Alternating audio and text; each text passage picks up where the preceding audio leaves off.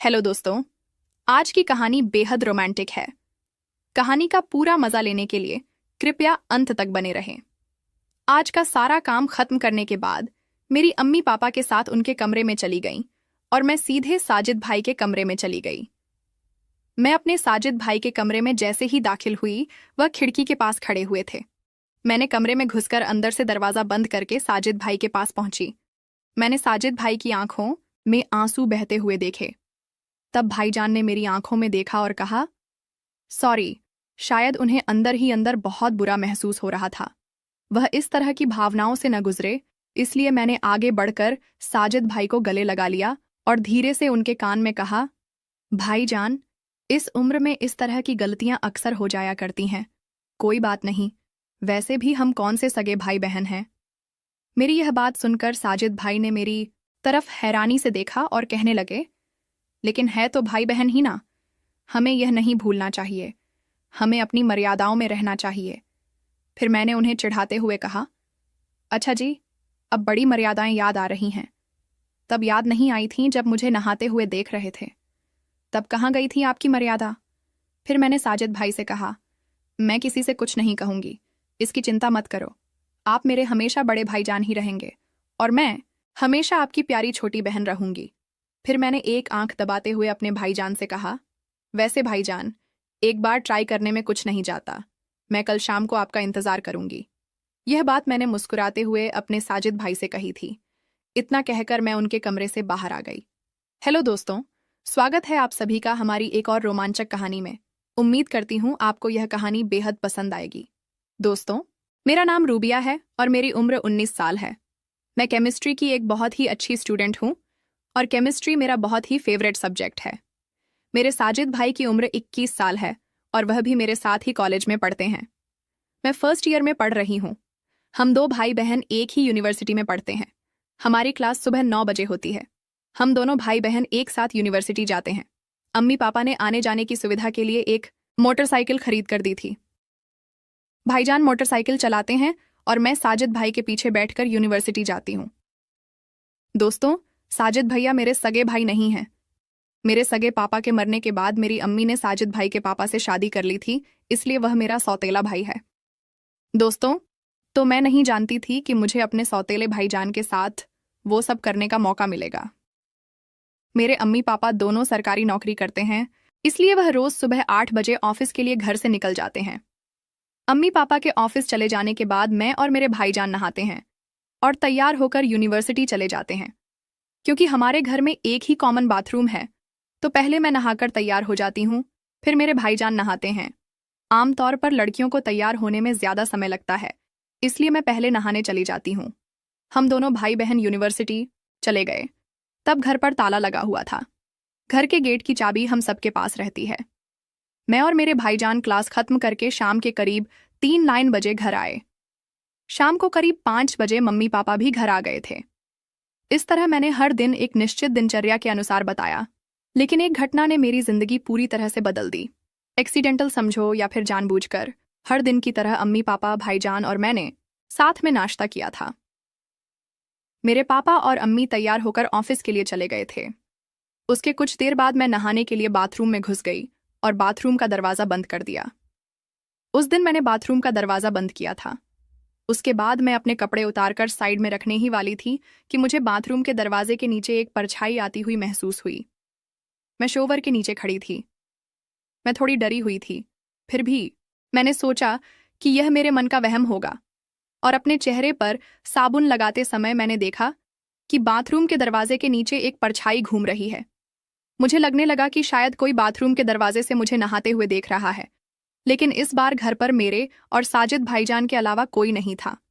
तो क्या साजिद भाईजान दरवाजे से मुझे नहाते हुए देख रहे थे? शायद लाइट की रोशनी के कारण कोई परछाई नजर आती हो।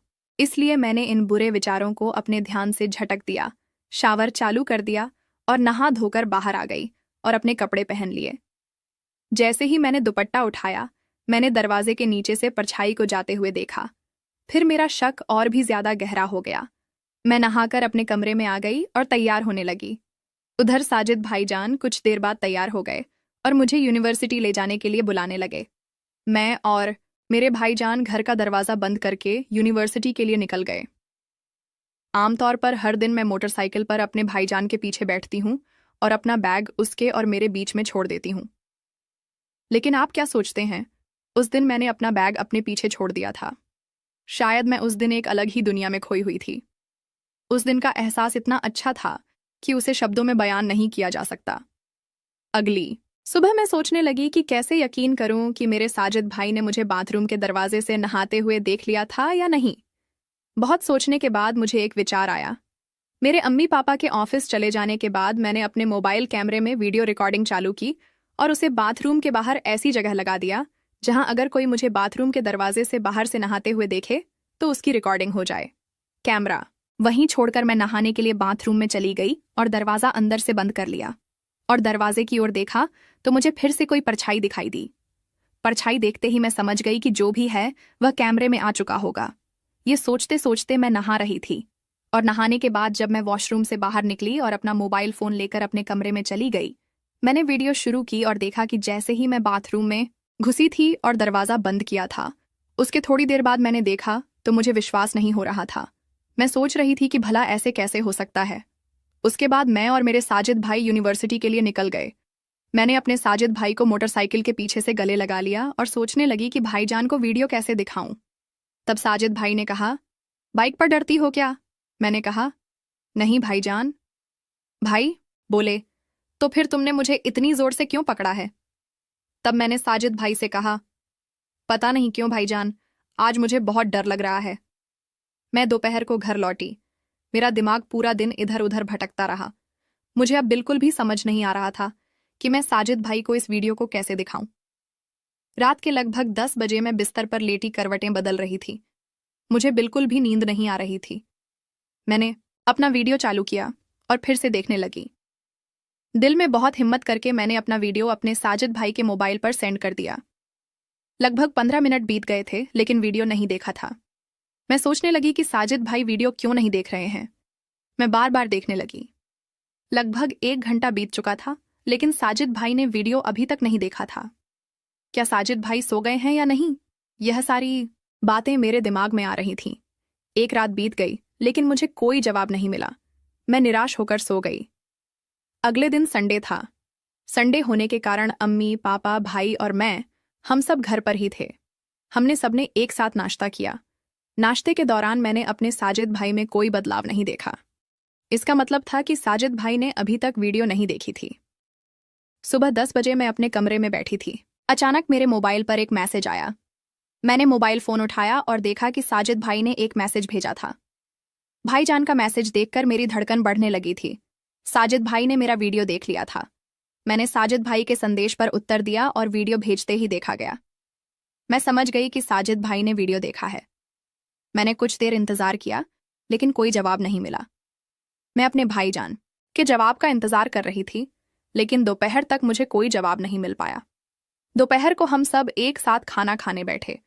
तब साजिद भाई चुपचाप सिर झुकाए खाना खा रहे थे। साजिद भाई अपना खाना खत्म करके उठे और अपने कमरे में चले गए। मैंने अम्मी पापा के सामने साजिद भाई से कहा, भाईजान, मैं थोड़ी देर बाद तुम्हारे कमरे में आऊंगी। मुझे आपसे कुछ पढ़ाई के मामले में डिस्कस करना है। साजिद भाई बिना कुछ बोले अपने कमरे में चले गए। सबके खाना खत्म करने के बाद अम्मी और मैंने मेज पर से सब कुछ साफ कर दिया था।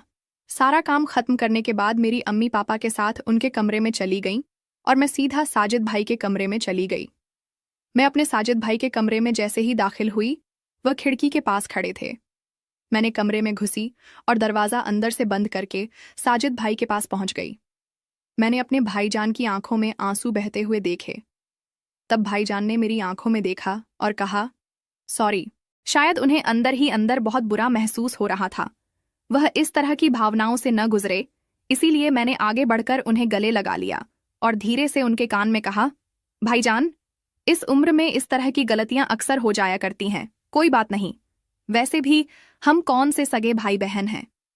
मेरी बात सुनकर साजिद भाई ने बड़ी हैरानी से मेरी तरफ देखा और कहने लगे, लेकिन है तो भाई बहन ही ना, हमें यह नहीं भूलना चाहिए। दोनों को अपनी मर्यादाओं में रहना चाहिए। फिर मैंने उन्हें चिढ़ाते हुए कहा, अच्छा जी, अब बड़ी मर्यादाएं याद आ रही हैं। तब याद नहीं आई थीं जब मुझे नहाते हुए देख रहे थे। तब कहाँ गई थी आपकी मर्यादा? फिर मैंने कहा, साजिद भाई, आप इसकी चिंता मत करो, मैं किसी से कुछ नहीं कहूंगी। आप हमेशा मेरे बड़े भाई जान ही रहेंगे और मैं हमेशा आपकी प्यारी छोटी बहन रहूंगी।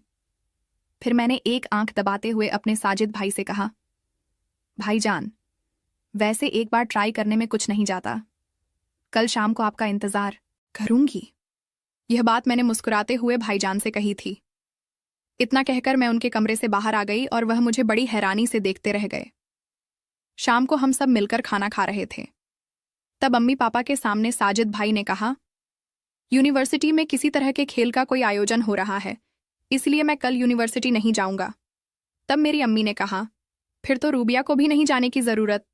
पापा ने कहा, साजिद, क्या तुम्हें किसी तरह के खेल में कोई दिलचस्पी नहीं है? साजिद भाईजान ने कहा कि पापा, मुझे बैडमिंटन में रुचि है, लेकिन वहां बैडमिंटन का आयोजन नहीं हो रहा।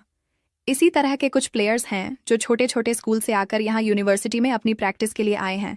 पापा बोले, तो फिर ठीक है, फिर कल तुम दोनों ही घर पर रहना। मैंने भाईजान की तरफ देखा और हल्की सी मुस्कान दी। अगले दिन अम्मी पापा के ऑफिस जाने के बाद मैं साजिद भाई के कमरे में गई और उन्हें बिस्तर पर लेटा हुआ पाया। मैंने कहा, साजिद भाई, तुमने आज क्लास में जाने के बजाय सारा दिन घर पर ही रहने का प्लान क्यों बनाया? सारा दिन मेरे साथ यहाँ क्या करोगे? क्या आपने कुछ प्लान बना रखे हैं? तब साजिद भाई ने कहा, कल तुमने ही तो कहा था एक बार ट्राई करने में कुछ नहीं जाता। भूल गई क्या? इसलिए मैं घर पर रहना चाहता था। तब मैंने हंसते हुए अपने साजिद भाई से कहा, वाह भाई, आप तो बड़े स्मार्ट निकले। कल तो बड़े मगरमच्छ के आंसू बहा रहे थे, बड़ी मर्यादाओं की बातें कर रहे थे। ऐसा कहकर मैं उन्हें चिढ़ाने लगी। तब उन्होंने दौड़ते हुए मेरे पीछे भागे और मुझे पकड़ लिया।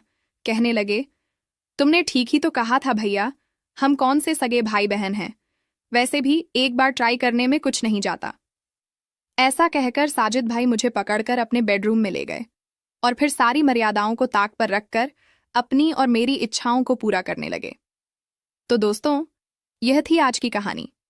आप क्या कहना चाहते हैं इस कहानी के बारे में? हमें कमेंट में ज़रूर बताएं। वीडियो अच्छी लगे तो लाइक करें, शेयर करें और सब्सक्राइब करें। धन्यवाद।